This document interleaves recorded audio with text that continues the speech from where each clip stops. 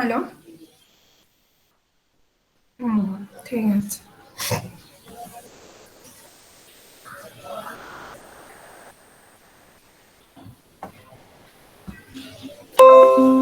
দেখা যাচ্ছে পিডিএফ? হ্যাঁ, দেখা যাচ্ছে। তো আজকে আমরা ওই কসমোলজির পার্টটা দিয়ে শুরু করবো। এবার কসমোলজিতে যেটা দেখলাম, সিউর সিলেবাস আর জেউর সিলেবাসে কিছু পার্থক্য রয়েছে, মানে ওদের কিছু জিনিস আছে ওদের নেই, এরকম ব্যাপার রয়েছে জেইউ আর সিউর মধ্যে। তো প্রথমত যেগুলো দুজনেরই কমন পার্ট রয়েছে সেগুলো কভার হবে, তারপরে তোমার ওই যাদের যেটা এক্সট্রা আছে সেটা বলে দেবো।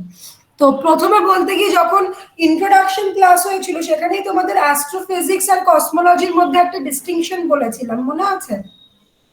কি বলেছিলাম? অ্যাস্ট্রোফিজিক্স বা অ্যাস্ট্রোনমিতে কি পড়া হয় আর কসমোলজিতে কি পড়া হয়?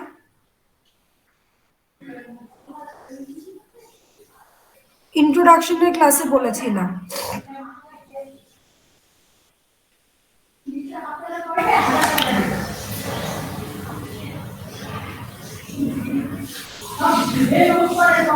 কেউ একজন বলো।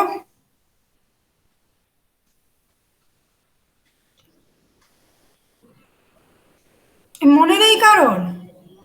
অ্যাস্ট্রোফিজিক্স এর ক্ষেত্রে পার্টিকুলার কোনো একটা অবজেক্টকে নিয়ে, মানে সাপোজ ব্ল্যাক হোলস বা কোনো সেলেস্টিয়াল পার্টিকুলার অবজেক্টকে নিয়ে ডিল করা হয়। আর কসমোলজিতে গোটা ইউনিভার্সকে নিয়ে আর কি ডিল করা হয়। কারেক্ট, তার মানে আমাদের অ্যাস্ট্রোফিজিক্সের স্কেলের তুলনায় কসমোলজিক্যাল স্কেলটা অনেক বড়, তাই তো? That means cosmology studies at large scales, আমরা ইউনিভার্সটাকে অ্যাজ আ হোল একটা বড় স্কেল হিসেবে কল্পনা করে দেখব। সেখান থেকে আবার যেরকম আমরা সেই মনে আছে ডিস্টেন্স ল্যাডার বানিয়েছিলাম, সেগুলো এখানেও একবার আসবে। তো তার আগে ইন্ট্রোডাকশনটা বলে দিই, এখানে কি লেখা রয়েছে। Cosmology is the branch of astronomy involving the origin and evolution of the universe. তাহলে পৃথিবী কিভাবে শুরু হলো, তার কনস্টিটিউয়েন্টস কি, কি কি দিয়ে সেটা তৈরি, how the universe is expanding, weather it is expanding or not, ভবিষ্যতে আরো এক্সপ্যান্ড করবে কিনা, এই সমস্ত কিছু নিয়ে, that is the evolution of universe, that is entirely studied in cosmology. According to NASA, the definition of cosmology is the scientific study of large-scale properties of the universe as a whole. যে কথাটা তুমি বললে, যে in astrophysics we particularly emphasize on the physics of a particular celestial object, অর্থাৎ আমাদের স্কেলগুলোকে আমরা খুব ছোট ছোট পরিসরে ভেঙে তার ভেতরের ফিজিক্সটাকে খুঁজি।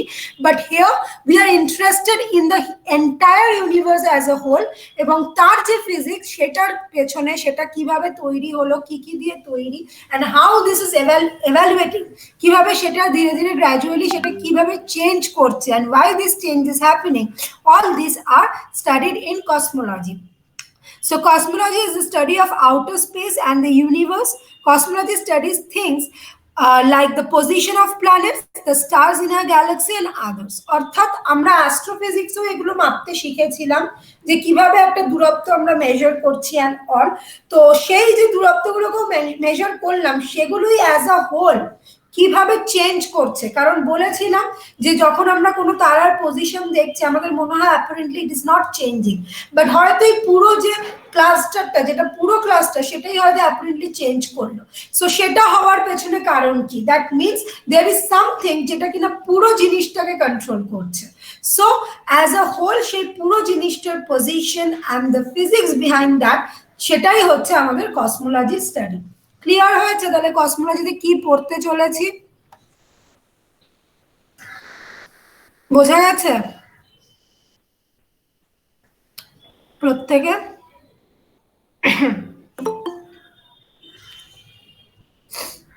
বোঝা গেছে অদিতি? হ্যাঁ দিদি।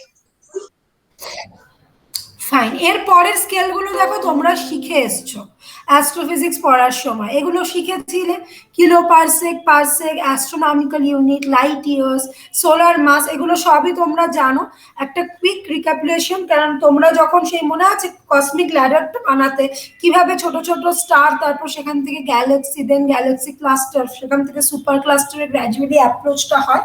তো সেগুলো আবার কসমোলজিরও একটা পার্ট, মানে intersection of astrophysics and cosmology বলতে পারো, সেটা হচ্ছে এই পার্টটা। আচ্ছা, নেক্সট একটা খুব ইম্পর্টেন্ট জিনিস আমরা পড়তে চলেছি, সেটা হচ্ছে প্ল্যাঙ্ক ইউনিট।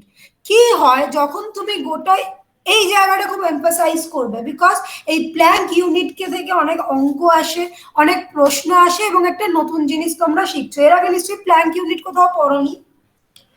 প্ল্যাঙ্কস কনস্ট্যান্টস পড়েছো, প্ল্যাঙ্কস ইউনিট পড়েছো? না। না। সো প্ল্যাঙ্কস ইউনিটে কি হয়, অ্যাকচুয়ালি আমরা যখন গোটা পৃথিবীটাকে অ্যাজ আ হোল সিস্টেম নিয়ে স্টাডি করছি, এতদিন আমরা ল্যাবে বসে যেগুলো মাপতাম সেগুলো খুব ছোট ছোট জিনিস, ফলে তার ক্ষেত্রে যখন আমরা মেজারমেন্ট করতাম সেক্ষেত্রে ইউনিট নির্ধারণ করা ওয়াজ মাচ ইজিয়ার। কিন্তু যখন পুরো ইউনিভার্সটাই আমাদের একটা অবজেক্ট, যাকে আমরা হ্যাজ আ হোল স্টাডি করতে চলেছি, তখন সেই একই সেন্টিমিটার, কিলোমিটার কিংবা ওই পারসেক ওগুলো দিয়ে মেজার করার থেকে কি করা হয়েছিল, এই আর একটা নতুন কসমোলজিক্যাল ইউনিট বা কসমোলজিক্যাল স্কেলের ধারণা নিয়ে আসা হয়েছে। So, in particle physics and physical cosmology, Planck units are a set of units of measurement defined exclusively in terms of four universal physical constants. তাহলে চারখানা ইউনিভার্সাল ফিজিক্যাল কনস্ট্যান্ট এখানে main pillar হয়ে দাঁড়াবে। যেমন আমরা ছোটবেলায় যখন মাস, ইউনিট অ্যান্ড ডাইমেনশনস পড়েছি, সেখানে পিলার কারা ছিল? মাস, লেন্থ অ্যান্ড টাইম, তাদেরকে পিলার বানিয়ে উই ওয়ার ডিরাইভিং আদার ইউনিটস, এবং সেটার উপরে মেজারমেন্ট করা হতো। কিন্তু প্ল্যাঙ্ক স্কেল বা প্ল্যাঙ্ক ইউনিট যখন চলে এলো, সেখানে কিন্তু চারখানা ফিজিক্যাল কনস্ট্যান্ট যারা ইউনিভার্সালি অ্যাকসেপ্টেড, তাদেরকে পিলার বানিয়ে in terms of them we are going to define different quantities and different measurements are going to B happen in such a manner that this physical constants take on the numerical value of 1 when expressed in the terms of these units.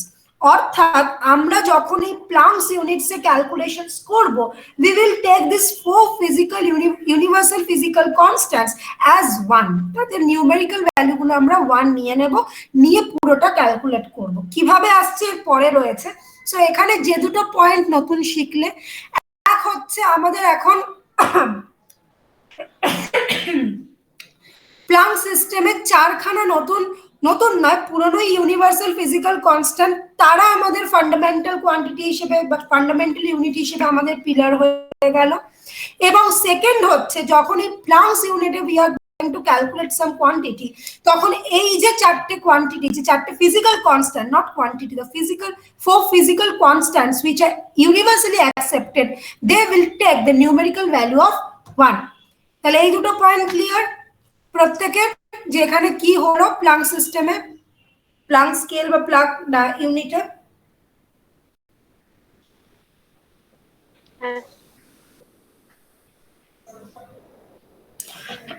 বোঝা গেছে প্রত্যেকের?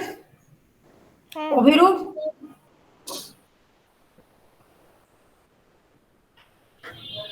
আচ্ছা, একটু ওই যেখানে তোমাদের এটা শুরু হচ্ছে, মানে যেখানে তোমাদের কি বলে এই প্লাঙ্কস ইউনিটসটা যেখানে শুরু হবে, ওখানে একটু স্টার করে লিখে রাখো। These Planck's units are very much relevant. These Planck's units, কারণ অনেক সময় লিখতে দেয় যে Planck's units কি। These Planck's units are very much relevant in research on unified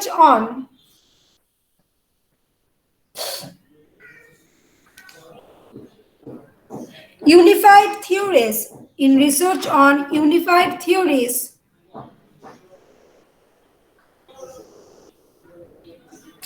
such as quantum gravity. These Planck's constants are very much relevant in research on unified theories such as quantum gravity.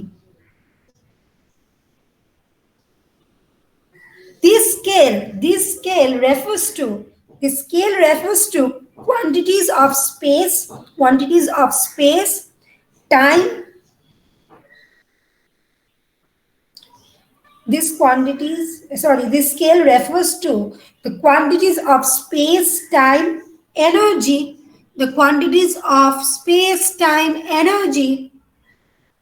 and other units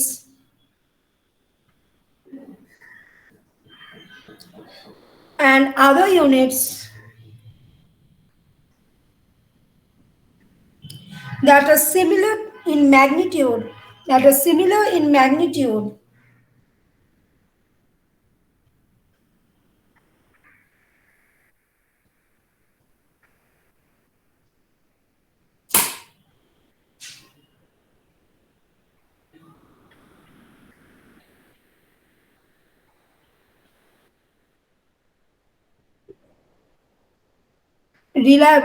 relevant in research on unified theories such as quantum gravity. Basically GTR এ তোমাদের এই ইউনিটটার কাজে লাগে। General theory of relativity এগুলোতে খুব কাজে লাগে। So is very much relevant in research on unified theories such as quantum gravity. This scale refers to quantities of space-time energy and other units that are similar in magnitude to corresponding Planck units.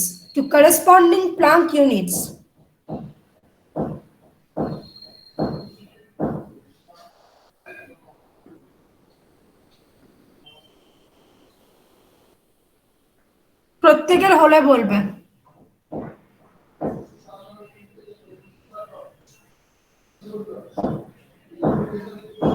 এটা অবশ্য আমি লিখেইছিলাম এখানে, যাই হোক হয়েছে প্রত্যেকের।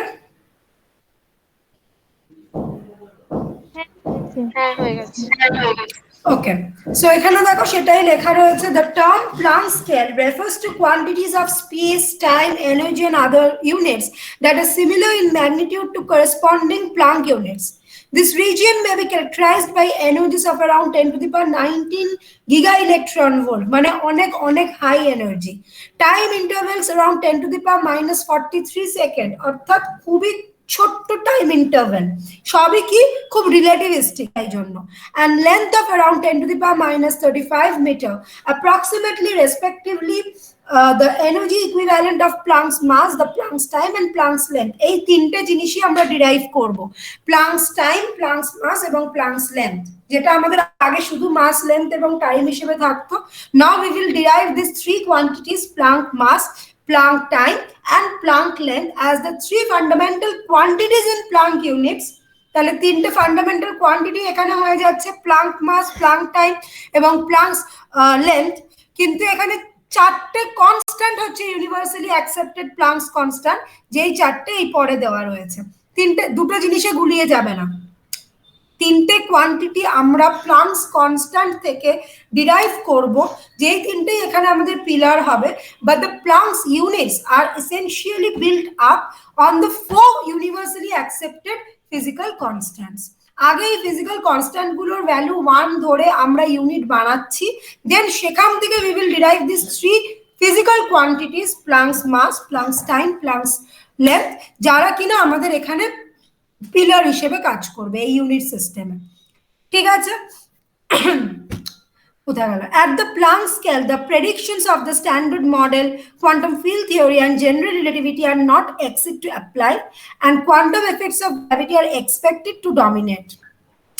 The best known example is represented by the conditions in the first 10 to the minus 43 seconds of our universe after the Big Bang, approximately 13.8 billion years ago. এই জায়গাটা এখনই বুঝতে পারবে না কি বলতে চাওয়া হয়েছে। স্ট্যান্ডার্ড মডেল, কিউএফটি বা জেনারেল রিলেটিভিটি, এই সমস্ত জায়গার আগে যে ড্রব্যাক গুলো তৈরি হয় সেখানে কিন্তু এই Planck স্কেল দিয়ে ইউনিটগুলোকে নিয়ে আসা হয়। তারপর আরো মডিফিকেশন হয়, যখন জিটিআর এ ঢুকবে বা এগুলো পড়বে ভবিষ্যতে বা কোয়ান্টাম ফিল্ড থিওরি পড়বে, সেখানে তো এই ডেফিনিশন গুলো চেঞ্জ হয়ে যায়, সেখানে মাস, লেন্থ, স্কেল এইভাবে কোনো কিছু কোয়ান্টিটি হিসেবে ডিফাইন থাকে না, অন্যভাবে সেগুলোর ডেফিনিশন হয়, ফলে সেখানে অন্য মডিফিকেশনস আসে। But quantum effects of gravity যেখানে কাজ করছে, অর্থাৎ জিটিআর শুরু হওয়ার আগের মুহূর্ত যেখানে সেগুলো তৈরি হচ্ছে, সেই সমস্ত জায়গাগুলোই কিন্তু এই Planck's ইউনিট আমাদের কাজে লাগবে। এবং থ্রু আউট যতটা কসমোলজি তোমরা পড়বে এখনো অবধি, সেখানেও এই Planck's ইউনিট খুবই কাজে লাগবে। আর চারটে এই Planck's কনস্ট্যান্ট গুলো কি কি? The speed of light in vacuum c, the gravitational constant g, এটা capital G, the reduced Planck constant h cut অর্থাৎ h by 2 pi, and the Boltzmann constant, that is kb. Mainly ওপরের তিনটে নিয়ে তোমাদের বেশি কাজকর্ম হবে। Boltzmann কনস্ট্যান্টের মানে রিলেভেন্সটা এখানে অতটা বুঝতে পারবে না। So C, G, H cut and finally KB, এই চারটে হচ্ছে আমাদের চারখানা physical universally accepted physical constant, যাদের থেকে প্লাঙ্কস টাইম, প্লাঙ্কস মাস এবং Planck's length we will derive. Clear হয়েছে এতটা প্রত্যেকের? বোঝা গেছে মৌসুমী? হ্যাঁ। সুশোভন? হ্যাঁ দিদি। বাকিরা বাসনা মন্ডল, ও তো মনে হয় প্রথম আজকে আমি ওকে দেখলাম লাইভ ক্লাসে। বুঝতে পেরেছো? হ্যাঁ দিদি। ফাইন, তাহলে আমরা পরের ডেরিভেশন গুলো চলে আসি।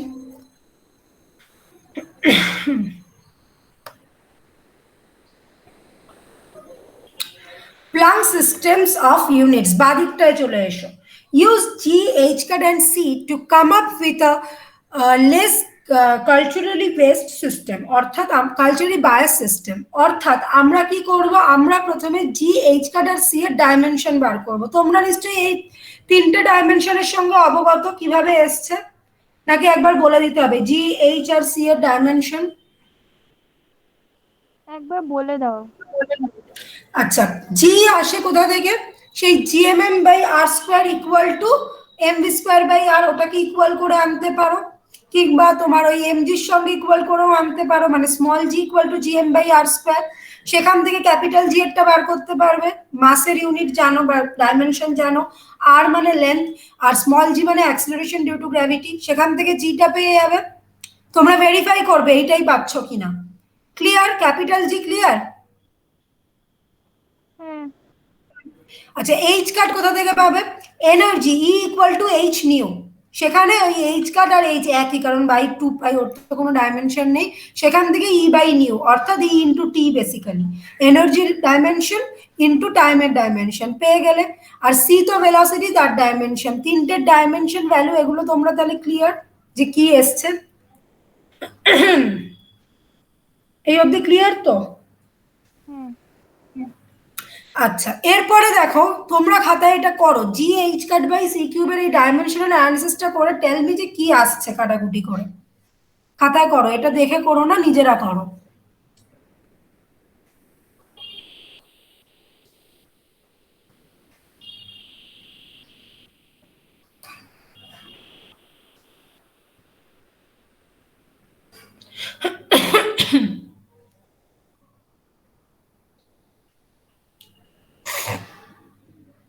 এটা তো ডাইমেনশন লেস হয়ে যাচ্ছে। ডাইমেনশন লেস আসছে অর্থাৎ কেটে কুটে কি এসছে তোমাদের? পুরোটাই ডাইমেনশন লেস এসছে? ডাইমেনশন লেস তো পুরো আসবে না, একটা কিছু গন্ডগোল করেছে, আরেকবার দেখো। এল থাকবে শুধু মনে হচ্ছে। এল না, এল স্কোয়ার থাকবে। হ্যাঁ, একটা এল স্কোয়ার থাকছে। এল স্কোয়ার, হ্যাঁ ছটা। তাহলে সেখান থেকে যে, তার মানে তোমরা কি করলে, তোমাদের জানা যে ডাইমেনশনাল সিস্টেম, সেই সিস্টেমটাই ইউজ করলে, করে সেখান থেকে তোমরা ওই ইয়ে কি বলে লেন্থের যে ডাইমেনশন, ওকে বাদিক থেকে ডান দিকে নিয়ে এলে এল এর equal to GH cut by C কিউবের হাফ পেলে। অর্থাৎ এই যে লেন্থটা, সেটা আমরা কি করলাম, একটা নতুন ভাবে ডিফাইন করতে শিখলাম যে GH cut by C cube এরকম একটা কিছু করলে একটা লেন্থের ডাইমেনশন আমরা পাচ্ছি। সুতরাং এলপির একটা ভ্যালু আমরা ধরে নিলাম যে এরকম একটা আসতে পারে। একইভাবে আমরা T equal to L by V করতে পারি, কারণ length equal to velocity into time, সেখান থেকে একটা টি পেয়ে গেলে। এবং আর একভাবে GH CH cut by G, এটা করে সেখান থেকে একটা এনপি পেলাম। এগুলো হচ্ছে ডাইমেনশনাল অ্যানালিসিস করে করে দেখা, নট দ্য ডেরিভেশন। কি বলছি ভালো করে বোঝো। তোমার কাছে জি, সি, এইচ কাট এই তিনটে dimension you are provided with, তুমি জানো। সো কি করা হলো, কোনোভাবে এই তিনটেকে অ্যাডজাস্ট করে একবার লেন্থের ডাইমেনশন খোঁজা হচ্ছে, একবার মাসের ডাইমেনশন খোঁজা হচ্ছে, একবার টাইমের ডাইমেনশন খোঁজা হচ্ছে। তো খুঁজতে গিয়ে আমরা তিনটে জিনিস পেলাম, যেটা হচ্ছে এলপি, টিপি এবং এমপি, এবং তার তিনটে টিপিক্যাল ভ্যালু পেয়ে গেলাম। এখানে সেটা রয়েছে। সো দিস ইজ, আমরা বলতে পারি যে হ্যাঁ এটা সামহাউ একটা কোনো লেন্থের বা টাইমের বা মাসের ডেফিনেশন যেটা আমরা এই তিনখানা ইউনিভার্সালি অ্যাকসেপ্টেড ফিজিক্যাল কনস্ট্যান্ট দিয়ে বার করছি। সেই ছোটবেলার ডাইমেনশনাল অ্যানালিসিসের অঙ্কগুলো মনে পড়ে তোমাদের? এক ধরনের অঙ্ক থাকতো ইলেভেনে, ওই এফ, ফোর্স, প্রেশার, অ্যাক্সিলারেশন, এগুলোকে ফান্ডামেন্টাল কোয়ান্টিটি ধরে মাস, লেন্থ, এদের ডাইমেনশন বার করো, এরকম একটা উল্টো অঙ্ক থাকতো না? হ্যাঁ, ইলেভেনেই থাকতো। তো এখানেও ঘটনাটা কিন্তু ঠিক তাই করা হচ্ছে। তিনখানা ফিজিক্যাল কোয়ান্টিটি, ফিজিক্যাল কনস্ট্যান্ট, যাদের ডাইমেনশন তুমি জানো, সেখান থেকে সামহাউ একটা লেন্থ, মাস এবং একটা টাইমের ডাইমেনশন আনার চেষ্টা করা হচ্ছে। এবং যেহেতু এটা ডাইমেনশনাল অ্যানালিসিস, এটা মোরালেস কারেক্ট থাকবে, কিন্তু অর্ডারে কিছুটা গন্ডগোল হবে, যেটাই প্লাঙ্কের ডেরিভেশন দিয়ে কারেক্ট হবে। সো এই অ্যাপ্রোচটা বোঝা গেছে কি হচ্ছে প্রত্যেকের? এবং দেখবে এই যে অর্ডারটা পেলে না, এই যে এল এর সঙ্গে জি, এইচ, সি, এদের যে ডিপেন্ডেন্সটা কত অর্ডারের সঙ্গে, সেটা এক থাকবে। কারণ আমরা ডাইমেনশনাল অ্যানালিসিস যখন করতাম, সেই to the power X Y Z ধরে পাওয়ারটা একই থাকতো, কনস্ট্যান্টটা আমরা বের করতে পারতাম না ডাইমেনশনাল অ্যানালিসিস থেকে। সো এখানেও তাই, আমরা ডাইমেনশনাল অ্যানালিসিস থেকে তিনখানা নতুন লেন্থ, মাস এবং টাইমকে ডিফাইন করে ফেললাম in terms of three physical constants, কিন্তু তাদের অর্ডারে কিছুটা হেরফের হবে কনস্ট্যান্টের জন্য। বোঝা গেছে এই জায়গাটা? একবার দেখে নাও এলপি, টিপি এবং এমপি, এই তিনটের যে এক্সপ্রেশন গুলো এসছে সেটা ঠিকঠাক আছে কিনা মিলিয়ে নাও, তারপরে আসছি। হ্যাঁ বলো। টিপির যে ইউনিটটা লেখা হয়েছিল মিটার লেখা, এম না না, লেখা ওটা ভুল লেখা রয়েছে, ওটা ভুল, ওটা ক্যালকুলেট করে দেখে নিও, ওটা মিলি সেকেন্ড হবে না সেকেন্ডে আসছে, ওটা ক্যালকুলেট করে একবার দেখে নিও ভ্যালুটা বসিয়ে কিসে আসছে। মিটার তো হবে না।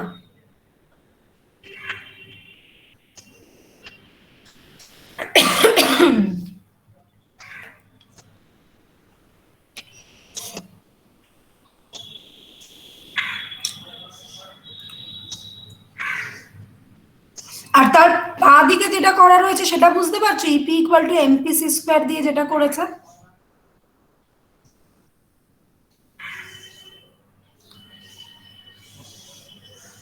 যদি ইলেকট্রন ভোল্ট ইউনিটে আমরা কাজ করি, তখন যে সরি টিপির ভ্যালুটা যেটা আসে অর্থাৎ টেম্পারেচার, সেটার ইউনিট বার করেছে ইন কেলভিন।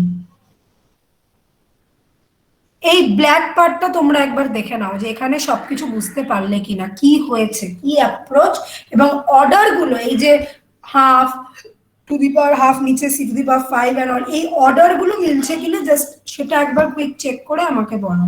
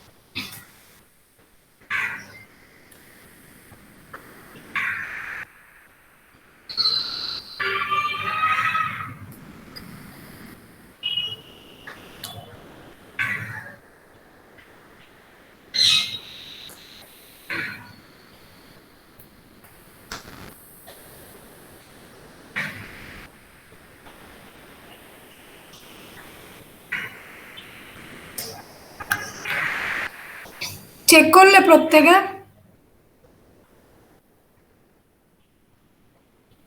পিডিএফটা খুলবো?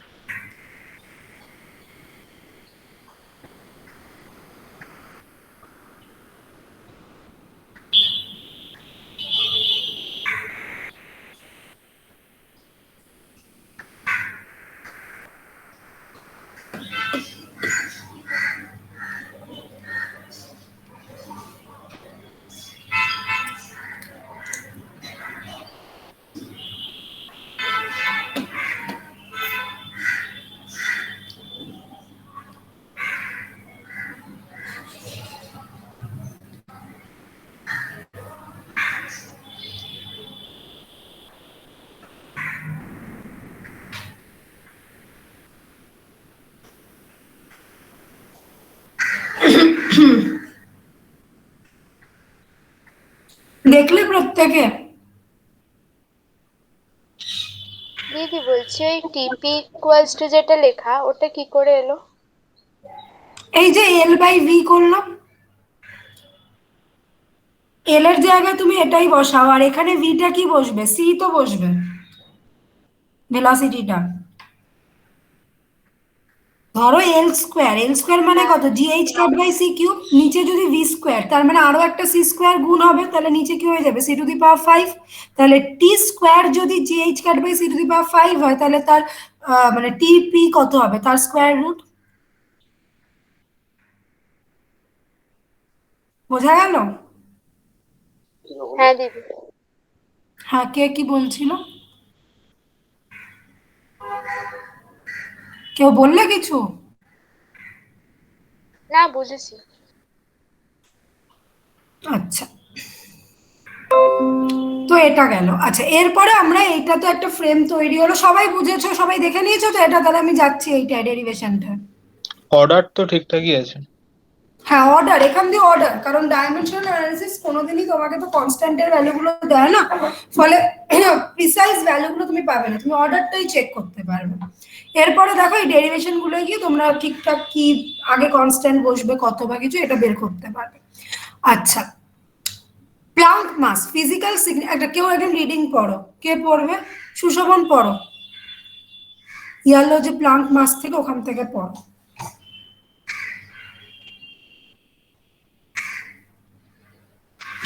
আচ্ছা, ইকুয়েট দা, এটা কি লেখা আছে? ইকুয়ার দ্য শোয়ারশিল্ড রেডিয়াস, ওটাকে লিখে নাও তো, শোয়ারশিল্ড, আমি বানানটা বলে দিচ্ছি বাবা। আচ্ছা আচ্ছা। SCHWARSCHWARZ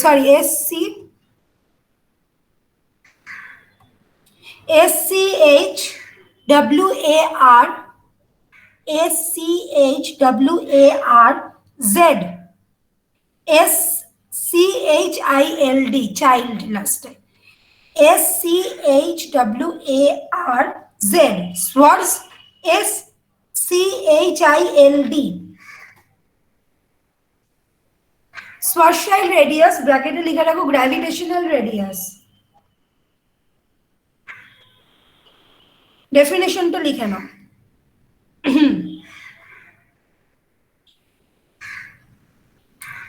লেখা হয়েছে প্রত্যেকের স্পেলিংটা Schwarzschild রেডিয়াসের? মৌসুমী? হ্যাঁ, লেখা হয়েছে। ফাইন, ব্র্যাকেটে লিখতে বলেছি গ্র্যাভিটেশনাল রেডিয়াস, তার পাশে মানে কোথাও ইয়ে করে লিখে নাও ডেফিনেশনটা। This is the radius, this is the radius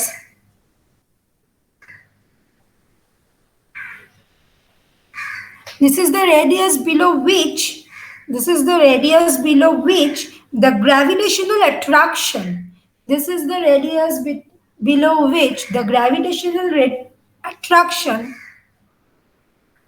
this is the radius below which the gravitational attraction between the particles of a body, between the particles of a body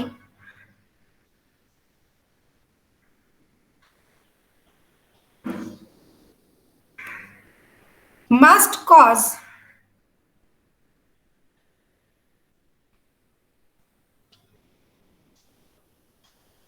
must cause must cause it to undergo, must cause it to undergo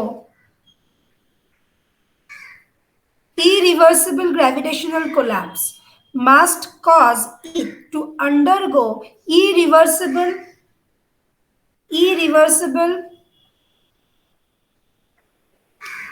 gravitational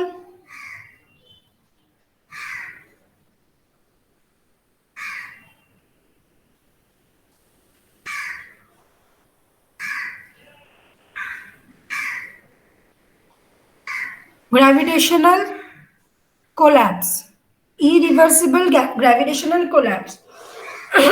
লেখা হলে বলবেন। লেখা হয়েছে definition? হ্যাঁ দিদি। For human being, this is of the order of For human being, this is of the order of 10 to the power minus 23 centimeter.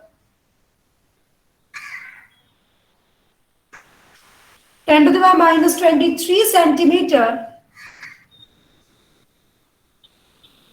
which is much smaller than the nuclear radius. Which is much smaller than the nuclear radius of an atom.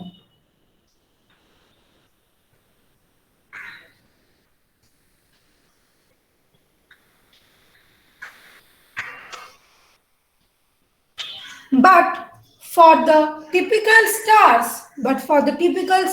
like sun, it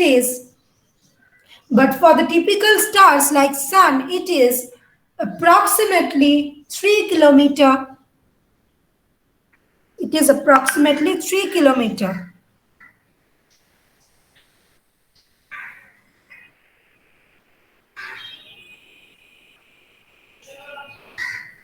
approximately কত বললে? 3 kilometre 3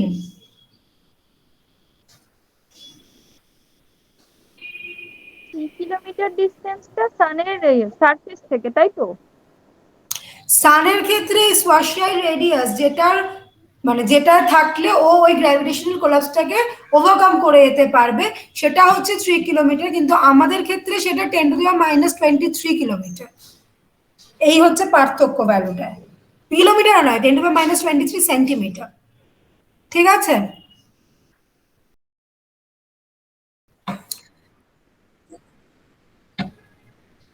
আমি যে ডেফিনেশনটা বলেছি একবার বলো, read out করো, তাহলেই বুঝতে পারবে। ধীরে ধীরে রিড আউট করো,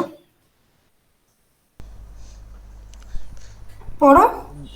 This is the radius below which the gravitational attraction between a particle of a body must cause it to undergo irreversible gravitational collapse for human being.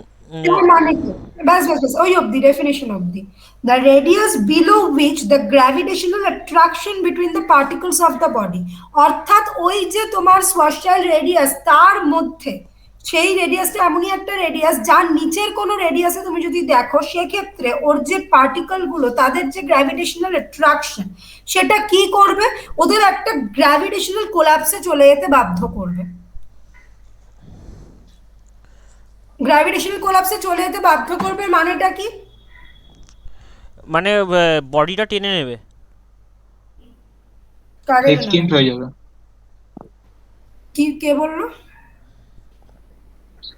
তো আমি আচ্ছা, অ্যাকচুয়ালি স্পাশিয়াল রেডিয়াস যদি এক্স্যাক্টলি পড়তে হয়, তোমাদের GTR এর এই আইনস্টাইনস ইকুয়েশন যেগুলো হয়, সেখান থেকে এটা আসে, যেটা কিনা ওই স্পাশিয়াল ইভেন্ট হরাইজনকে ডিফাইন করে। সেই জানো তো এই ঘটনাটা, যে ওর ইভেন্ট হরাইজনের যে জায়গাটা, ওর ভেতরে যদি কোনো কিছু দাও, ওটা কি আর ফেরত আসে না ব্ল্যাক হোলের? না, কেন আসে না? অর্থাৎ ও ওই স্পাশিয়াল রেডিয়াসের ভেতরে চলে গেছে, মানে তার মধ্যে গিয়ে ও কিন্তু গ্র্যাভিটেশনাল অ্যাট্রাকশনকে মানে ওভারকাম করে বাইরে ফেরত আসতে পারেনি, ওর ভেতরেই ও কোলাপসড হয়ে গেছে। সো এইটাই হচ্ছে স্পাশিয়াল রেডিয়াসের ডেফিনেশন, যেটা ওই আইনস্টাইনস ইকুয়েশন থেকে দেওয়া যায় ঠিকঠাক ভাবে। ঘটনাটা বুঝতে পারলে যে কি হয়ে যাবে ওর নিচের রেডিয়াসে থাকলে? হ্যাঁ বুঝেছি। কি ওই সানের ক্ষেত্রে যেটা বললে না 3 কিলোমিটার, ওটা কি ওই 3 কিলোমিটার ডিস্টেন্সটা সারফেস থেকে মেজার করছি, তাই তো? মানে সারফেসের 3 না কিলোমিটার। না, সারফেস থেকে নয়, সেন্টার থেকে। রেডিয়াস তো সারফেস থেকে কেন? আচ্ছা আচ্ছা, সানের ভিতরে যদি কেউ ওই 3 কিলোমিটারের মধ্যে চলে যায়, তাহলে সে এক্স্যাক্টলি ওই 3 কিলোমিটারের মধ্যে যদি কিছু হয়, তুমি সেক্ষেত্রে আর ফেরত আসতে পারবে না, মানে সেক্ষেত্রে গ্র্যাভিটেশনাল কোলাপসটা ঘটবে। বুঝলে? হ্যাঁ হ্যাঁ, ঠিক আছে। পৃথিবীর মতো তো সেখানে কন্ডিশনটা দেখো, half MV square equal to GMM by R. So half MV স্কয়ারটা কি?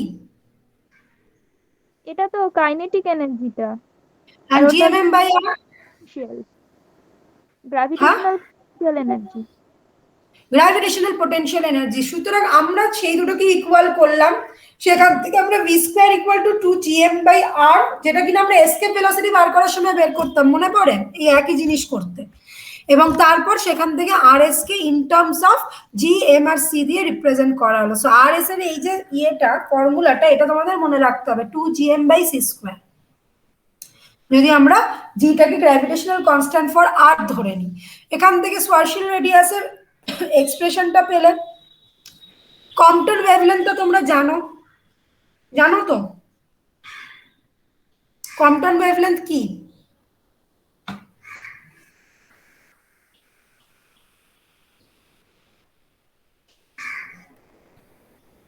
বেসিক্যালি এই আর এস ইকুয়াল টু যেটা 2gm/c² পেলে এগুলো তোমার ক্যালকুলেট করা হয় ব্ল্যাক হোলের ক্ষেত্রে। সেক্ষেত্রে জিটা হয়ে যায় ব্ল্যাক হোলের গ্র্যাভিটেশনাল কনস্ট্যান্ট, এমটা হয়ে যায় ওই যে ব্ল্যাক হোলটা তার মাস, এবং সিটা হয়ে যায় স্পিড অফ লাইট, ঠিক আছে, যেটা কিনা ওর মধ্যে ঢুকছে। সেই ক্ষেত্রে আমরা এই আর সোয়ারশিল্ড গুলো মেজার করে থাকি। আমাদের প্ল্যানেট বা এর ক্ষেত্রে এর এফেক্ট কতটা হবে সেটা এখনো পর্যন্ত অতভাবে আমরা বের করতে পারিনি বা অতটা সিগনিফিকেন্টও হয় না। এগুলো ব্ল্যাক হোলের ক্ষেত্রেই হয়, কারণ আমরা দেখেছি ওই ইভেন্ট হরাইজনের ভেতরে যদি কেউ ঢুকে যায় তারপর সেটার আর কোনো অস্তিত্বই থাকছে না। সেখান থেকেই এই ডেফিনিশনটা এসছে ফ্রম আইনস্টাইনস ফিল্ড ইকুয়েশনস। সো মানে দিদি ওই এসকেপ ভেলোসিটিটা স্পিড অফ লাইটের থেকে বেশি হয়ে যায়, সেই জন্য তো কোলাপস করে যায়। হ্যাঁ হ্যাঁ এক্স্যাক্টলি, এসকেপ ভেলোসিটিটা। তো তারপরে যেটা বলছি তোমাদের কম্পটন ওয়েভলেন্থের সঙ্গে নিশ্চয়ই প্রত্যেকে অবগত, জানো তো কম্পটন ওয়েভলেন্থ? কোয়ান্টামে পড়েছো তো কম্পটন এফেক্ট? হ্যাঁ কম্পটন এফেক্টটা কি বলো তো, মানে কেন এত সিগনিফিকেন্সটা কি কম্পটন ওয়েভলেন্থের, কেন এত ইম্পর্টেন্ট? কম্পটন এফেক্টের আগে কোন এফেক্ট পড়েছো? এই কোয়ান্টাম অনেকদিন পড়ছো, বলতে পারা উচিত এগুলো, এগুলো তো ধরে ইন্টারভিউতে। তোমরা যখন কোয়ান্টাম পড়তে এলে প্রথম কোন এফেক্ট পড়ো, কোনটা দিয়ে শুরু হয় quantum? Electric effect. Photo electric effect. Photo electric এফেক্টে কি ড্রব্যাক যার জন্য কোয়ান্টাম এফেক্ট পড়লে?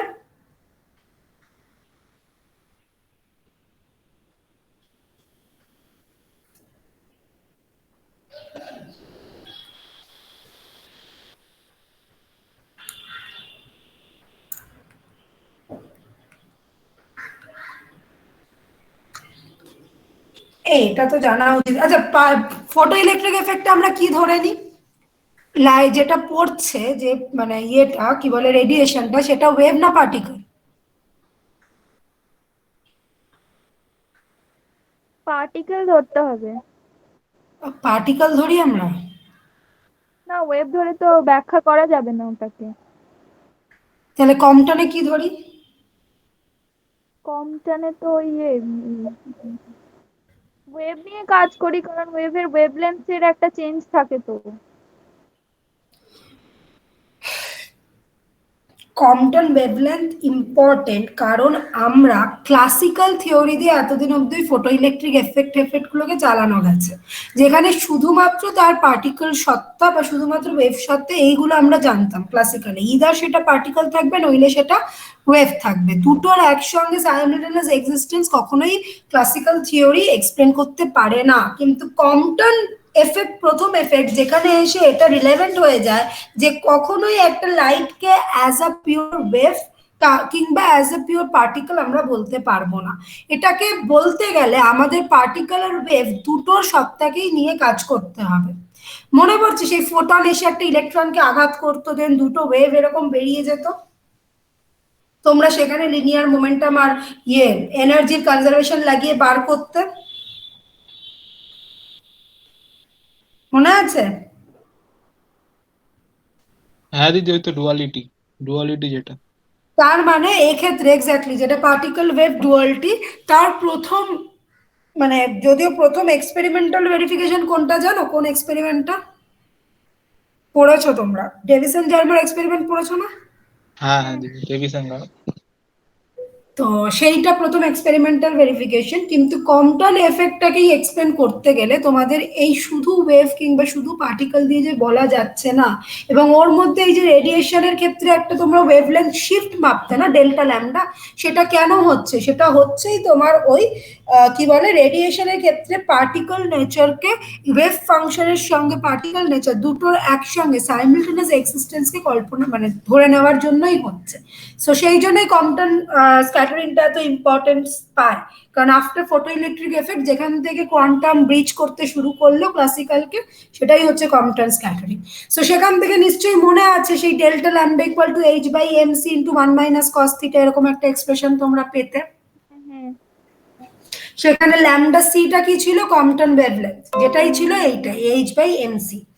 এবার বলছে to find a scale at which quantum gravity effects become significant, equate the two scales. তাহলে কি করলো সায়েন্টিস্টরা এরকম নাড়াঘাটা করতে করতে দেখলো যে আমরা এরকম একটা স্কেল কি বার করতে পারি যেখানে স্পর্শাইল রেডিয়াস আর কম্পটন ওয়েভলেন্থ দুটো জিনিস মিলে যাচ্ছে। সেইটা করতে গিয়ে ওরা যে মাসটা এসে পৌঁছলো, that is the Compton that is the Planck's mass, যেই এক্সপ্রেশনটা তোমরা এর আগেও পেয়েছো H cut C by G whole to the power half, শুধু তার আগে একটাই মডিফিকেশন এখানে এসছে, that is root pi, that is the constant. দেখো এই অবধি বুঝতে পারলে কিনা যে how the Planck's mass is coming. খুব খুব খুব চান্স রয়েছে প্লাঙ্কস মাস, লেন্থ এবং টাইম তিনটেকেই কি জানতে চাওয়া বা তাদের ডিপেন্ডেন্সি কেমন এইচ কাট সি এবং জি এর ওপর এই ধরনের কোয়েশ্চেন আসা। সো এইটা বুঝতে পারলে কিনা বলো।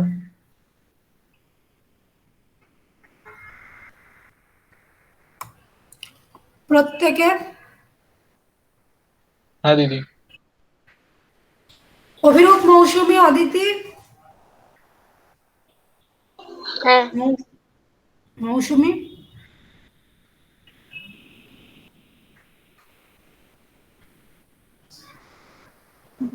মৌসুমী কোথায় গেল? লাইটটা একটু আরেকবার দেখাও।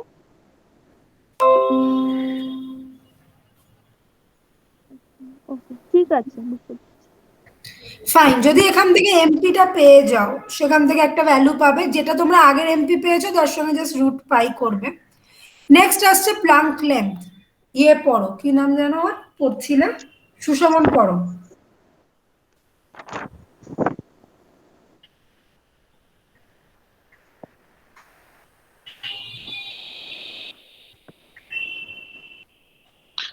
If you think to measure the length of an object of the length the photon and on account of the gravitational energy would be trapped in a black hole, the black hole হ্যাঁ running কি লেখা ওটা, rending আচ্ছা rending such measurement impossible. impossible.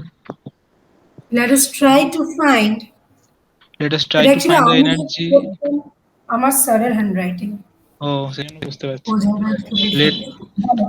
let us try to find the energy of the photon of a function of its lambda in the gravitational field. তারপর ek equals to pc. ek equal to pc এটা সবাই জানো নিশ্চয়ই।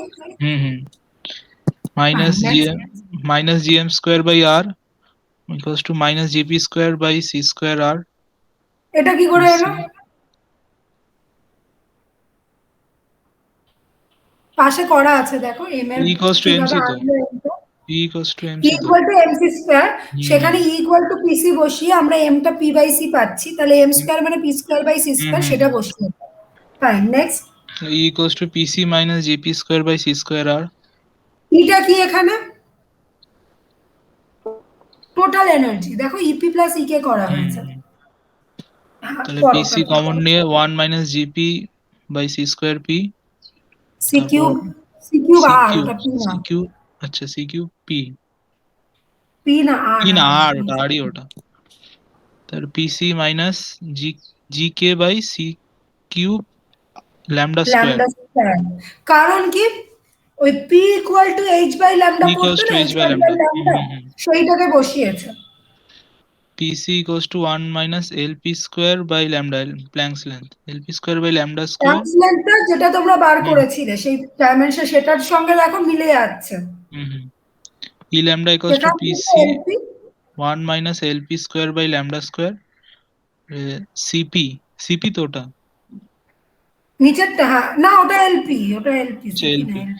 lp equals to gk by c cube all to the power half root over gk না gh কাট দেখি এটা একবার পাচ্ছি। হাতে করো, প্রত্যেকে করো, দেখে বুঝবে যতটা না হাতে করো, স্টেপ বাই স্টেপ হাতে করো।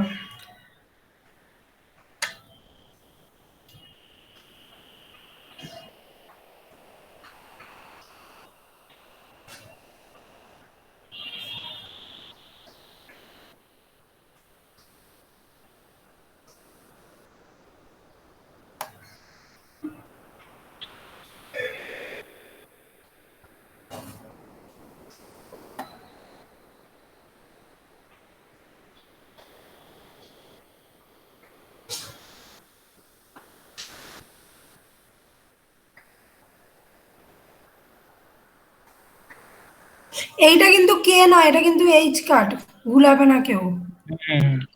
এইচ কাট। করো হাতে, চারজনই করো।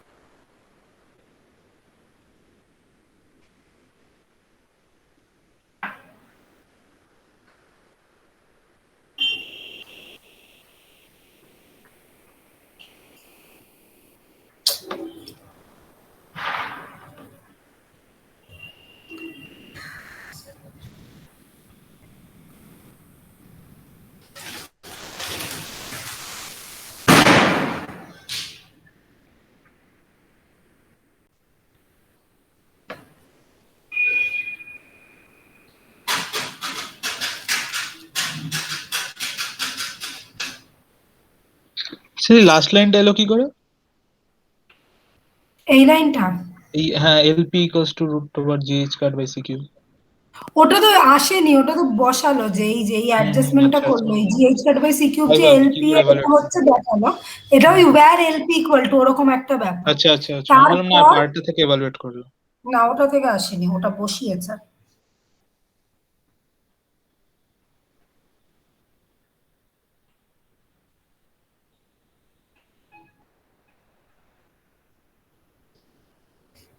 বাকিদের এসছে? মৌসুমী,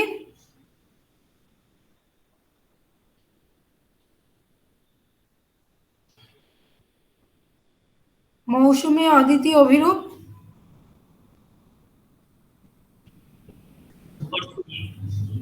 আর বাকি দুজনের কি হলো, অদিতি আর মৌসুমী?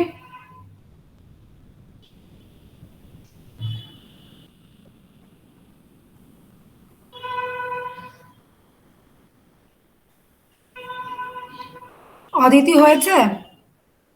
স্লাইডটা দেখো আরেকবার। এই তো।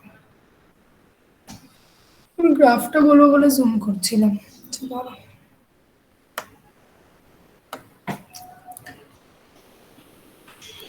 তো ওই জায়গাটায় P lambda equal to H cut বসাচ্ছে কেন? মানে ওটা এইচ হওয়া উচিত না? হ্যাঁ, তোমরা এইচ পড়তে, কিন্তু আমরা তো এখানে কি করব, আমরা তো সবকিছু রিডিউসড প্লাঙ্কস কনস্ট্যান্টে নিয়ে যাবো, তাই তো? তাই জন্য দেখো, আমরা যেটা ইকুয়াল টু দিলাম সেটা ওই ঢেউ খেলো না, অ্যাপ্রক্সিমেটলি দিয়েছে এইচ কাট লিখে। কিন্তু আমরা, তোমরা ইয়েতে কি পড়েছো, তোমরা কি এইচ পড়তে নাকি? এইচ কাটই তো পড়ার কথা। না না, এইচ কাট ছিল না, তো এইচই তো হবে। Lambda is equal to H by P, so P lambda is equal to H হবে তো। না, তোমাদের কি বলে, এইচ কাট দিয়েই এখানে করতে হবে, কারণ আমরা তো এইচ দিয়ে করতে পারবো না, আমরা তো রিডিউস প্লাঙ্ক কনস্ট্যান্টে করবো, তাই জন্য এইচ কাট বাই পি ধরতে হবে ল্যামডাকে। 2 পাই এর ব্যাপারটাকে অ্যাপ্রক্সিমেট করে দিচ্ছে, এইচ দিয়ে হবে না এখানে কিছু।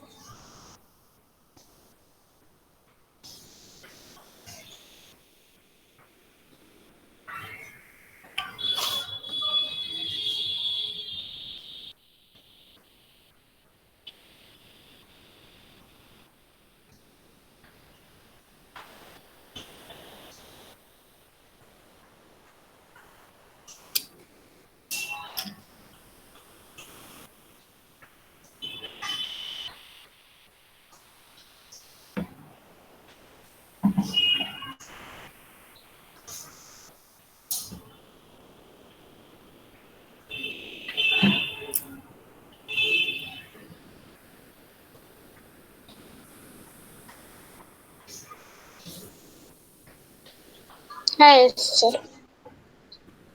মৌসুমীর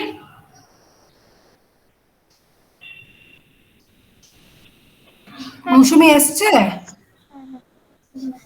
আচ্ছা, এবার দেখো, এই যে গ্রাফটা ইম্পর্টেন্ট, কোয়েশ্চেন দিতে পারে। ধরো আমি যদি গ্র্যাভিটেশনাল এনার্জিটাকে না নিতাম, তাহলে আমার এনার্জি কি হতো? অনলি পি ইন্টু সি, তাই তো? এবং সেখানে যদি তুমি এইচ কাট বাই ল্যামডা বসাতে, তাহলে তুমি E equal to H cut C by lambda পেতে। That means E proportional to 1/λ। তাহলে তোমার যদি গ্রাফটা প্লট করতে, ই আর ল্যামডার কিরকম দেখতে আসতো? রেক্ট্যাঙ্গুলার হাইপারবোলার মতো। এই ডটেড লাইনটা সেটা ডিনোট করছে, তাই তো? কিন্তু আমি যেই গ্র্যাভিটেশনাল এনার্জি সেটাকে ইনকর্পোরেট করে দিলাম, ফলে আমি এনার্জির এরকম একটা এক্সপ্রেশন পাচ্ছি, যেখানে যদি আমি ল্যামডা ইকুয়াল টু এলপি বসিয়ে দিই, এই টার্মটা 0 হয়ে ই শুধুমাত্র পিসি থাকবে। আর তারপরে যদি আমি যাই, তারপর সেটা তোমার বিভিন্ন ভ্যালু নিয়ে চেঞ্জ করবে। ফলে সেক্ষেত্রে আমরা গ্রাফটা এইরকম দেখতে পাচ্ছি। এই গ্রাফটা যেরকম তোমাদের অ্যাজ আ কোয়েশ্চেনও আসতে পারে ইম্পর্টেন্ট, প্লাস এই জ্যাম জেস্ট এই ধরনের গ্রাফ এখন দেয়, এই ই ভার্সেস ল্যামডা বা এই ধরনের প্লটগুলো দেয়, আগের বারই গেটে এসেছিল। সো গ্রাফটা বোঝা গেছে। যদি গ্র্যাভিটেশনাল এফেক্ট না দেয়, দিয়ে শুধু এনার্জি ভার্সেস ওয়েভলেন্থ প্লট বলে, then that will be a rectangular hyperbola. But যদি রেডশিফট বলছি, গ্র্যাভিটেশনাল পোটেনশিয়াল এনার্জি থাকে, গ্র্যাভিটি কনসিডার করো, তাহলে কিন্তু গ্রাফটা এরকম দেখতে হবে। ক্লিয়ার হয়েছে? গ্রাফটা ক্লিয়ার প্রত্যেকের? চুপ কেন, কোনো ডাউট? না না, ঠিক আছে। বাকিরা, অভিরূপ, অদিতি, মৌসুমী? বুঝতে পেরেছি। অভিরূপ কোথায় চলে গেছো? তুমি ঘুমোচ্ছ। আচ্ছা, প্লাঙ্ক টাইম দেখো, প্লাঙ্ক টাইমটা বুঝতে পারছো? কিছুই নেই, এলপি বাই সি করে সিম্পল বার করেছে, সেখান থেকে root GH cut by C to the power 5। তাহলে এখান থেকে কি ধরনের প্রশ্ন আসতে পারে, কি কি বলেছি? আগে মৌসুমী বলো, কি কি প্রশ্ন আসতে পারে প্লাঙ্কস ইউনিট থেকে?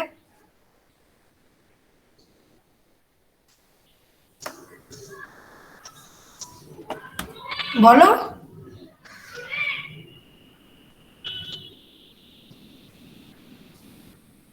বললাম তো পড়াতে পড়াতে কি ধরনের কোয়েশ্চেন আসতে পারে।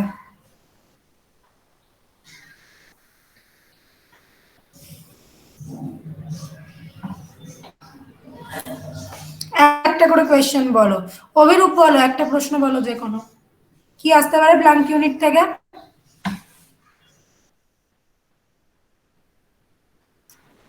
কার ডাইমেনশন? কার ডাইমেনশন? বাই সি কিউবের ডাইমেনশন দেবে না তোমাকে, হয় প্লাঙ্কস টাইম, প্লাঙ্কস লেন্থ, এগুলোর ডাইমেনশন চাইতে পারে।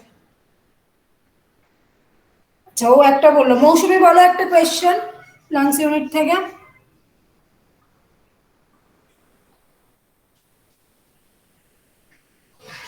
কোথায় চলে গেছে মৌসুমী?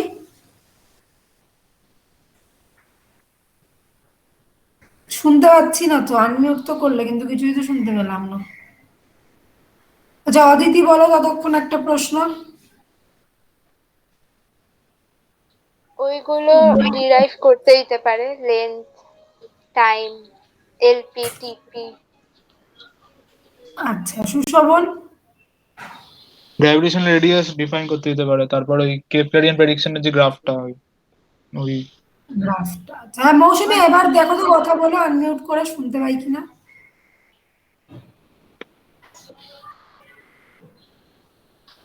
আর মনে মিউট আনমিউট কিছুই হচ্ছে না।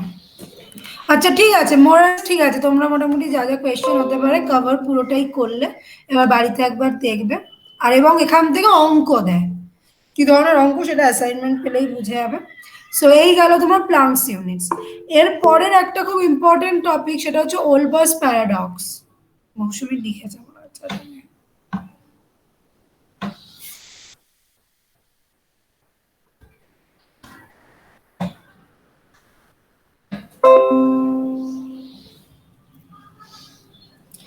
আচ্ছা ওলবার্স প্যারাডক্স, এটার নাম কেউ শুনেছো এর আগে? হ্যাঁ দিদি। কোয়েশ্চেন বলো তো, কোয়েশ্চেনটা কি? Night sky brighter than day sky, ওই ব্যাপারটা। মানে আইসোট্রপি এন্ড হোমোজেনিটি ধরলে তো night sky brighter than day sky হওয়ার কথা, তো কেন হয় না? ওটাই প্যারাডক্স। ওটাই প্যারাডক্স, রাইট। তাহলে why the night sky is dark, এইটাই হচ্ছে কোয়েশ্চেন। এবং তুমি আমাকে যে উত্তরটা দিলে সেটা হচ্ছে হোমোজেনিটি আইসো কেন হয় না। সো আমি তোমাদের চারজনকে, কে কে আছে এখানে, অভিরূপ, অদিতি, সুশোভন আর মৌসুমী, চারজনকেই কাজ দিলাম বাড়ি থেকে। তোমরা এমনি ক্লাসিক্যাল মেকানিক্স পড়ার সময় নিশ্চয়ই আইসোটপি হোমোজেনিটি কাকে বলে এইসব পড়েছো, পড়েছো তো? হ্যাঁ হ্যাঁ। আচ্ছা বাড়িতে তোমরা যে জিনিসগুলো দেখবে, homogeneity of space time, isotropy of space time, এবং সেখান থেকে ওলবার্স প্যারাডক্স, আমার পিডিএফটাও পড়বে, প্লাস তোমরা এটা নিয়ে একটু ঘাটাঘাটি করে এসে পরের দিন ফার্স্ট আমরা এই ওলবার্স প্যারাডক্সই ডিসকাস করবো। কিন্তু তার আগে তোমরা একবার আমাকে এটা ঘেটে কি পেলে কি বুঝলে সেটা বলবে। তার মানে এই যে স্লাইডে কত পেজ নাম্বার, কত বলো পেজ নাম্বার? যাই হোক যেই পেজটাই হোক, এই পেজটা আমি আজকে স্কিপ করছি, এই পেজটা নেক্সট ডে আমরা পড়বো। তার আগে আমি তোমাদের থেকে শুনবো, বিকজ এই ওলবার্স প্যারাডক্স শোনার কথা। এই কেন রাতের আকাশ কালো এবং কেন ব্রাইটার নয়, সো খুব ইন্টারেস্টিং টপিক। আমি বলে দেওয়ার আগে একটু তোমরা রিসার্চ করো যে কি ব্যাপারটা হচ্ছে। এবং মানে খুব প্রিলিমিনারি জায়গা এবং খুব বেসিক কোয়েশ্চেন, যেগুলো এই কোয়েশ্চেন গুলো খুব আসে, রাইজ হয় বিভিন্ন জায়গায়, ইন্টারভিউতে জিজ্ঞেস করে অ্যাস্ট্রোতে। সো তোমাদের কাজ থাকলো ওলবার্স প্যারাডক্স পরের দিন চার ভাবে আমাকে বোঝাবে। চার ভাবে মানে যে যেভাবে বুঝবে সেভাবেই বোঝাবে। চারজনকেই আমি নেক্সট ক্লাসে জিজ্ঞেস করব এবং তারপরে ওলবার্স প্যারাডক্স ডিসকাস হবে along with homogeneity and isotropy of space. মানে এই পুরো পার্টটাই পরের দিন আমরা পড়বো, কসমোলজিক্যাল ইয়ের অবধি, প্রিন্সিপাল অবধি। বোঝা গেছে? তাহলে কি দিলাম কাজ। এবং পরের দিন অবশ্যই আমাকে মনে করাবে যে তোমাদের প্রথমে এই ডিসকাশনটা হবে, তারপরে পরের জায়গাটায় আমরা যাব। ক্লিয়ার হয়েছে? চারজন বুঝেছো? অদিতি, অভিরূপ, সুশোভন, হ্যাঁ। মৌসুমী হ্যাঁ কি কাজ দিলাম? আচ্ছা এরপরে আমরা চলে যাব, তোমার খুব এতদিন ধরে নাম শুনছো, এই রেড শিফট হচ্ছে, এই হচ্ছে, ওই হচ্ছে, সেখান থেকে হাবেলস ল, নামগুলো তো শুনেইছো, তো সেই জায়গাটায় ঢুকতে চলেছি। একটু যদিও হোমোজেনিটি আইসোট্রপির জায়গাটা আমাদের পড়া দরকার ছিল, ঠিক আছে ওই জায়গাটাকে একটু বাদ দিয়ে না হয় আমরা শুরু করি। আচ্ছা তোমরা আমাকে বলো, আমরা এই ডপলার শিফট এই ব্যাপারটা সম্বন্ধে তোমরা পড়েছি তো, 12-এ পড়ে এসছো, কি হয় ডপলার শিফটে? রিলেটিভ ভেলোসিটির জন্য ফ্রিকোয়েন্সি, ওয়েভলেন্থ এগুলো চেঞ্জ হয়, যে কোনো রিলেটিভ ওয়েভের। ভেলোসিটি, হুম। রিলেটিভ ভেলোসিটি কি? দুটো অবজেক্টের মধ্যে ভেলোসিটি ডিফারেন্স থাকলে একটা রেসপেক্ট একটা ভেলোসিটিকে রিলেটিভ ভেলোসিটি বলে। তার মানে একজন আরেকজনের সাপেক্ষে ভেলোসিটি চেঞ্জ করছে। হ্যাঁ কেউ বলছিল, কেউ কিছু বলছিল মনে হয়। অদিতি বললে কিছু? মৌসুমীর তো ভয়েস পাচ্ছি না। না না। আচ্ছা so Doppler shift is basically that, আমরা যখন কোনো ইলেকট্রোম্যাগনেটিক ওয়েভ কিংবা কোনো অ্যাকস্টিক ওয়েভ দেখি, তাদের ক্ষেত্রে কনস্ট্যান্ট ফ্রিকোয়েন্সি ওয়েভ নিয়ে আমরা নাড়াচাড়া করি। এবার কি হয়, ধরো আমি দাঁড়িয়ে রয়েছি, আমার দিকে একটা গাড়ি এগিয়ে আসছে, সেটা যত দূরে রয়েছে আমি ওর হর্ন তত কম শুনতে পাই, যত সেটা কাছে আসে তত আমি ওর হর্ন বেশি জোরে শুনতে পাই। তার মানে কি হয়, as the car is approaching অর্থাৎ আমার দিকে যত এগিয়ে আসছে, the wavelength is shorter, wavelength shorter হলে ফ্রিকোয়েন্সি হাই হয়ে যায়, পিচ হাই হয়ে যায়। তার মানে কি, যখন একটা গাড়ি আমার দিকে আসছে, আমার কাছে এগিয়ে আসছে, তখন তার সে যত কাছে আসছে তত তার ফ্রিকোয়েন্সিটা কি হচ্ছে, ফ্রিকোয়েন্সিটা বাড়ছে, তার পিচ বাড়ছে। আবার C equal to nu lambda, অর্থাৎ ল্যামডা নিউ এর সঙ্গে ইনভার্সলি প্রপোর্শনাল। তার মানে তার ল্যামডা তত কি হবে, কমতে থাকবে, শর্ট হতে থাকবে তার ওয়েভলেন্থ। এবং যত সেই গাড়িটা আমাকে ক্রস করে দূরে চলে যেতে থাকবে, তত বলো কি হবে, ফ্রিকোয়েন্সি কি হবে, কমবে। ফ্রিকোয়েন্সি অত কমতে থাকবে, তাহলে ওয়েভলেন্থ বাড়বে। তাহলে খাতায় লিখে নাও, কোথাও একটা নোট ডাউন করে, greater the frequency, shorter the wavelength.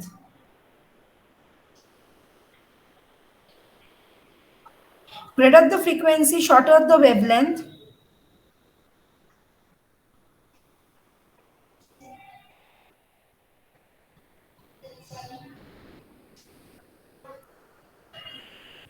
Bracketed approaching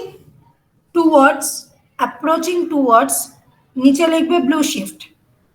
কি বললাম, greater the frequency, shorter the wavelength, ব্র্যাকেটে লিখতে বললাম approaching towards, নিচে blue shift। আর ঠিক তার পাশেই লেখো lower the frequency, longer the wavelength, lower the frequency, longer the wavelength। তার মানে কি, proceeding away, দূরে সরে যাচ্ছে, that is red shift।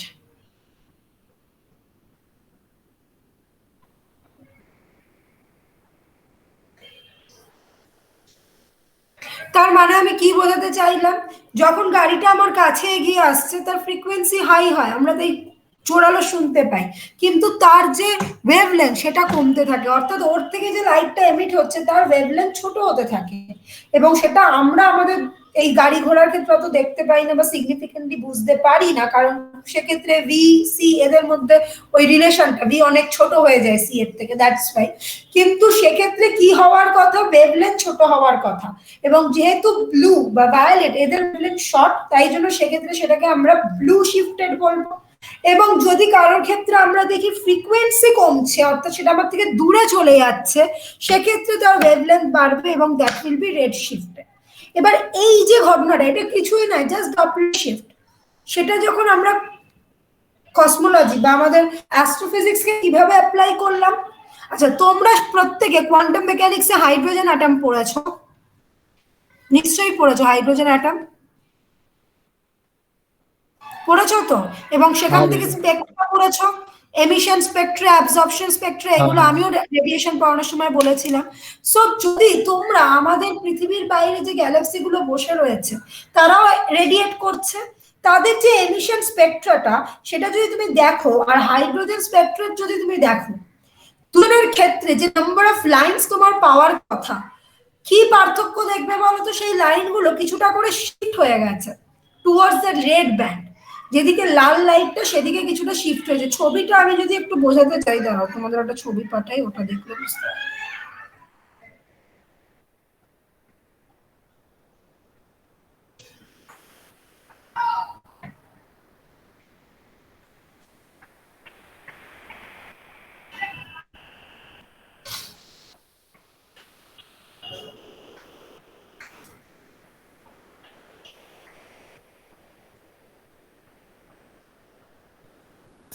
দেখো একটা ছবি গেছে তোমাদের কাছে, সেখানে যেগুলো লম্বা লম্বা লাইন সেগুলো অ্যাকচুয়ালি হাইড্রোজেন অ্যাটমের ক্ষেত্রে যেরকম এমিশন স্পেকট্রা পাওয়ার কথা সেগুলো, কিন্তু গ্যালাক্সি গুলোতে অবজার্ভ করলে দেখতে পাচ্ছ the lines are getting shifted towards the red band. প্রত্যেকে দেখতে পেলে?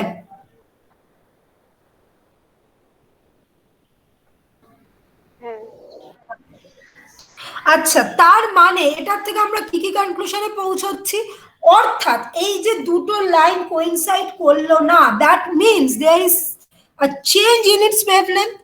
এবং যেহেতু এটা লাল দাগের দিকে সরছে, সুতরাং দ্য ওয়েভলেন্থ ইজ কি হচ্ছে, বাড়ছে না কমছে? ওয়েভলেন্থ বাড়ছে এবং ফ্রিকোয়েন্সি কমছে, রাইট, কমছে। সুতরাং এই ধরনের ওয়েভলেন্থের যে শিফট, এগুলোকেই আমরা রেড শিফট বলছি। এবং the most important conclusion from this kind of red shift is the galaxies are expanding.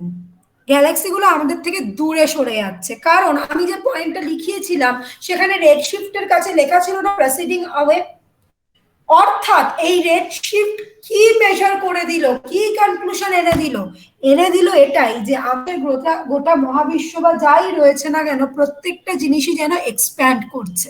খুব সহজ একটা এক্সাম্পল ভাবো, ধরো তোমরা যে বেলুন ইউজ করো, এটা তোমরা এর আগেও অন্য কোনো যদি লেকচার বা কিছু শুনে থাকো কোনো অ্যাস্ট্রোফিজিসিস্টের, সেখানেও পড়বে বা শুনে থাকবে, বা নিজেরাও ভেবে থাকতে পারো যে কোন একটা বেলুন, তার গায়ে আমরা যে ডট গুলো আঁকি সেগুলো খুব কাছে কাছে থাকে, বাট যেই তুমি সেটাকে ফোলাচ্ছ কি হয়, সেই ডট গুলো বড় হয় এবং তাদের মধ্যে দূরত্ব গুলো বাড়তে থাকে, তাই তো? এটা দেখেছো তো? হ্যাঁ। হ্যাঁ। ঠিক একইভাবে আর ইউনিভার্স ইজ এক্সপ্যান্ডিং, এবং এখান থেকে এই এক্সপ্যান্ডিং ইউনিভার্সের কনসেপ্টটা শুরু, যেটা কসমোলজিতে বিশাল বড় একটা রোল প্লে করবে। সুতরাং আমরা যদি আমাদের স্পেস টাইম যে কার্ভেচার, স্পেস টাইম যে বেসটা, সেটাকে যদি আমরা একটা বেলুনের মতো সারফেস ধরে নিই, এবং গ্যালাক্সি গুলো যদি প্রত্যেক ওই আঁকা বেলুন আঁকা ডট গুলো হয়, তাহলে তাদের ক্ষেত্রে আমরা কি দেখবো, যত বেলুনটাকে তুমি ফোলাবে তত সেই ডট গুলো বড় হবে, এবং সেই প্রত্যেকটা ডটের সঙ্গে আর একটা ডটের ডিস্টেন্স সেগুলোও বাড়তে থাকবে।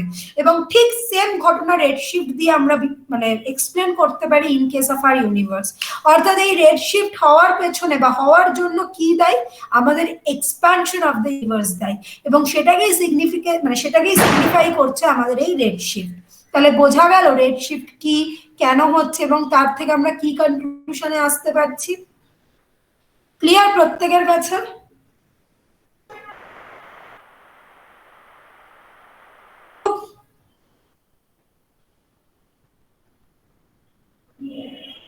সুশোভন, মৌসুমী এই ইমোজি দিচ্ছে কেন, বোঝা যায়নি মৌসুমী? না, বোঝা গিয়েছে, ভালো লাগলো ব্যাপারটা, মানে ঠিক আছে, তাহলে প্রত্যেকে বুঝতে পেরেছো যে রেড শিফট কি, কেন হচ্ছে, এবার আমরা থিওরিটিক্যালি যেগুলোর হ্যানা দানা এগুলো জানবো, but the main thing is এই ব্যাপারটা যে কেন রেড শিফট হচ্ছে এবং কিভাবে হচ্ছে এবং তাতে কনক্লুশনটা কি অ্যান্ড অল। আচ্ছা, তোমাদের কটা বাজছে বলো তো? 4টে বাজছে। হাবেল লটা আজকে পড়াবো না, হাবেল ল এবং রেড শিফট পরের দিনই ধরবো। থাক, এই অবধি থাক। এই হাবেলস লর জন্য একটু এই আইসোট্রপি হোমোজেনিটির ব্যাপারগুলো দরকার, এই জেড এর ব্যাপারগুলো দরকার রেড শিফটের ডিফাইন করার জন্য। তো এই অবধি থাক, তাহলে রেড শিফটের কনসেপ্ট অবধি দেওয়া রইলো। এবং মাথায় রাখবে কিছুই না, এই ফর্মুলাটা খুব মানে ইজিলি মাথায় ঢুকবে, যেটা তোমরা এতক্ষণ জানলে সেটা দিয়ে বুঝতে পারবে। Lambda observed minus lambda emission by lambda observe. কেউ একজন এক্সপ্লেন করো তো এই ফর্মুলাটাকে, তাহলেই বুঝবো কি বুঝেছো। এই lambda observation minus lambda emission by lambda observation দিয়ে যে রেড শিফট মাপলাম, কেন মাপলাম? মৌসুমী এক্সপ্লেন করো।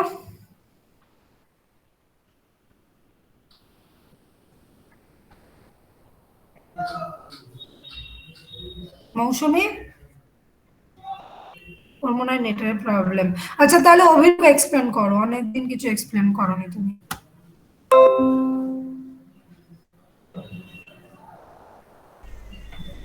এই মাইক আনমিউট করো, জানি না হ্যাঁ, lambda observe minus lambda emission by lambda observe, এটা বলতে চাইছে যে মানে যদি আমরা যেটা দেখছি সেইটা থেকে যেটা অ্যাকচুয়ালি যেটা আমাদের এমিট হচ্ছে, ঠিক আছে, সেটা বাই যদি ল্যামডা অবজার্ভ করা হয়, তাহলে আমরা অরিজিনালি কতটা সরছে সেটা বুঝতে পারবো। তার মানে আমরা কি করলাম, আমাদের কাছে যেটা গিভেন হাইড্রোজেন স্পেকট্রা, তাতে যে লাইনগুলো থাকার কথা, তাদের যে ল্যামডা, সেটা থেকে আসলে শিফট হওয়ার পর এমিশন স্পেকট্রায় ওদের যেখানে দেখলাম সেই ল্যামডা গুলোকে ডিফারেন্স করব, এবং তারপরে একটা রিলেটিভ স্টাডি করার জন্য we are dividing it with respect to lambda observation. সেখান থেকে আমরা রেড শিফটের ডেফিনিশন পেয়ে গেলাম। তাহলে এই ডেফিনিশনটা অব্দি বুঝতে পেরে গেছো নিশ্চয়ই, z equal to lambda observe minus lambda emission by lambda observe। এবং যখন ডেফিনিশন লিখবে ফার্স্ট এই পয়েন্টটাই তোমাদের লিখতে হবে। তারপর এখান থেকে lambda by lambda delta lambda সেখান থেকে কিভাবে কি এলো না এলো, ভি বাই সিটা ছেড়ে দাও, ওটা হাবেলস ল বলার সময় বলবো। সো এই অবধি তোমরা পড়বে, বোঝা গেছে চারজনের? কত অবধি পড়বে? ওবিএসটা কি এইচ অ্যাটমের রেসপেক্টে অবজারভেশনালটা? হ্যাঁ হ্যাঁ হ্যাঁ হ্যাঁ, হাইড্রোজেন অ্যাটমের যে স্পেক্ট্রাটা আমাদের পাওয়ার কথা, যেরকম হওয়া উচিত সেটা যদি দেখো, কারণ ম্যাক্সিমাম স্টারই হাইড্রোজেন হাইলিয়াম এগুলো দিয়েই তৈরি হয়, তো ওটাকেই রেফারেন্স হিসেবে ধরে নেওয়া হয়। বোঝা গেছে বাকিদের? অদিতি? হ্যাঁ বোঝা যাচ্ছে। তাহলে তোমাদের কাজ কি কি রইলো? এক হচ্ছে ওলবার্স প্যারাডক্স পড়া, আর নেক্সট হচ্ছে এই জায়গাটার এই জেড এর যে ডেফিনিশনটা আমি বললাম এই অবধি দেখা, Hubble's law, V by C, তারপর ওইগুলো থেকে আমি বলবো। ক্লিয়ার? এবং হাবেলস ল হয়ে গেলে তোমরা অ্যাসাইনমেন্টটা পাবে। অভিরূপ, ক্লাস রেকর্ডিংটা বন্ধ করে দাও।